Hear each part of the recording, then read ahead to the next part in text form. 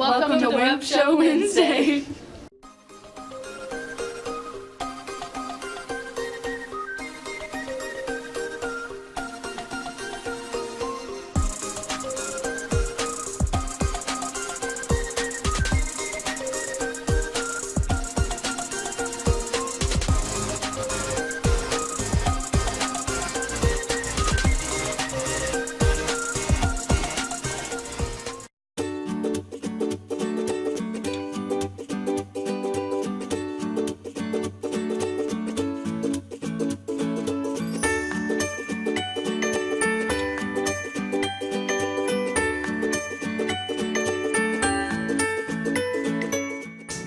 Eighth grade year.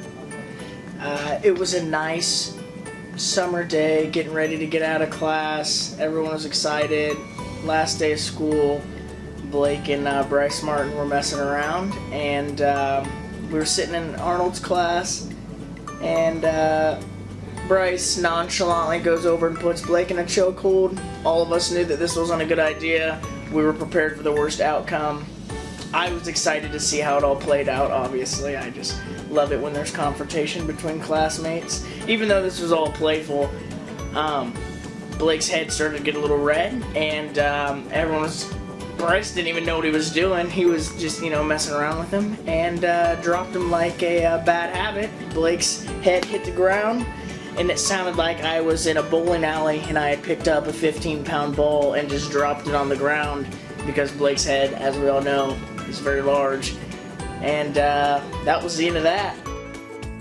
So, there was this one time, Mr. Hoover was gone for like a whole week, and we had a substitute teacher, and we sat under the table that he had all his hot chocolate stuff on, and we took hot chocolate packets. It was Oscar, Brianna, me, Kylie, and Kenzie Clark.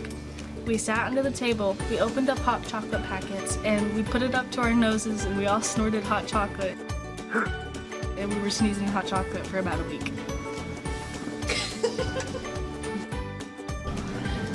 The winter of 7th grade year, Katie Kleckner and I went intense sledding at a rock pile at John Deere.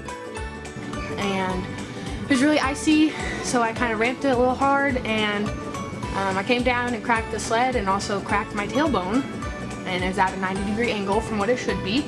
So I had to carry around a plastic butt pillow to every single class, and my mom made a little pillowcase for it with Duck Dynasty and basketballs on the other side, so I didn't have to be as embarrassed.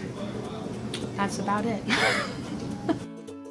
So it was a Friday in 5th grade with Mrs. Landis, and she read to us a short story every Friday.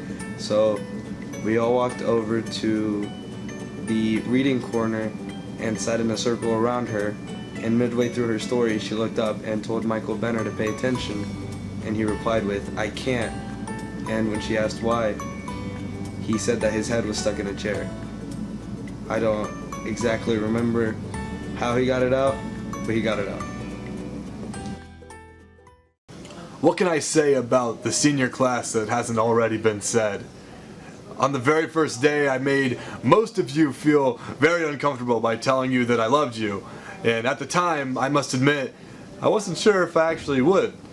But by the time we finished our year together during English 11, I can honestly say that I truly and unconditionally love each of you guys, and am entirely confident in each of your abilities to move on and exact whatever positive change in the world that you want to exact. And I hope that once you guys come back from wherever you end up to visit, to share your experiences with me or anyone else who still thinks about you on a daily basis, that you smile in remembrance of something that we shared together.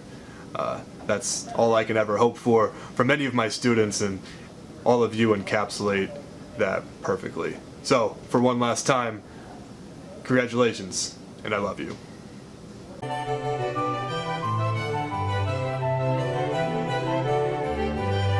Hi, I'm Nick, government bad.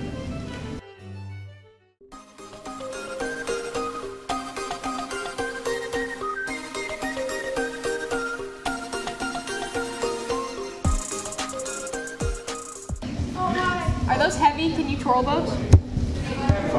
They're light. They're plastic. I can twirl a baton. A baton.